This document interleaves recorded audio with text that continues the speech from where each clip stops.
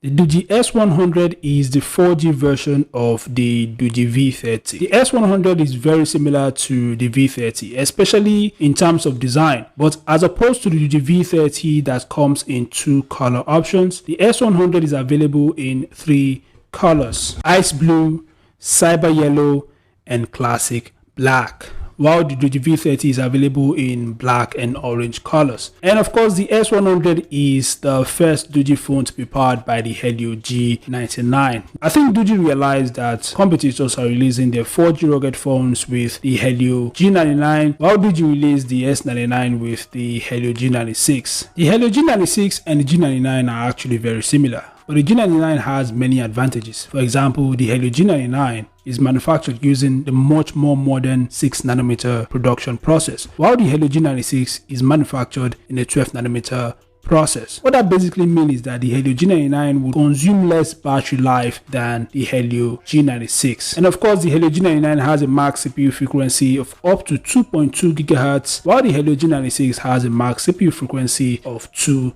GHz. So I think Doogee believes that it is very important for them to release a rugged phone that is powered by the Helio G99. So let's quickly talk about the specs of the Doogee S100. The S100 flaunts a 6.58-inch Full HD Plus IPS LCD display with a 120Hz refresh rate. The display is protected with the Gorilla Glass 5. It is powered by the Helio G99. Now, some sources claim that the Doogee S100 would have 12GB of RAM, while GSM Arena stated that the device would have 8GB. We will never know which is right until Doogee officially announce the device themselves. The device has a 256GB internal storage that could be expanded up to 2TB using an SD card. It runs on the Android 12 OS, and in terms of camera, the device features triple cameras: a 108MP primary sensor, 20MP night vision, and 60MP ultra wide, while the front camera is 32MP. The phone is backed up by a 10,800 mAh battery, and it supports 66 watts fast charging as well as 15 watts wireless charging. It is rated IP68 and IP69K. It supports NFC, and it is military standard 810H compliant. The device does not have a headphone jack. As for the price of the Doogee S100, I do not know, but I think that it's going to be very cheap than the Doogee V30 and the Doogee V Max. It might cost a little bit more than the Doogee S99, but not very much in my opinion. I'd like to hear your thoughts about the Doogee S100. Make sure to share them in the comment section below. Thanks for watching, subscribe to the channel, and I'll see you guys in the next update.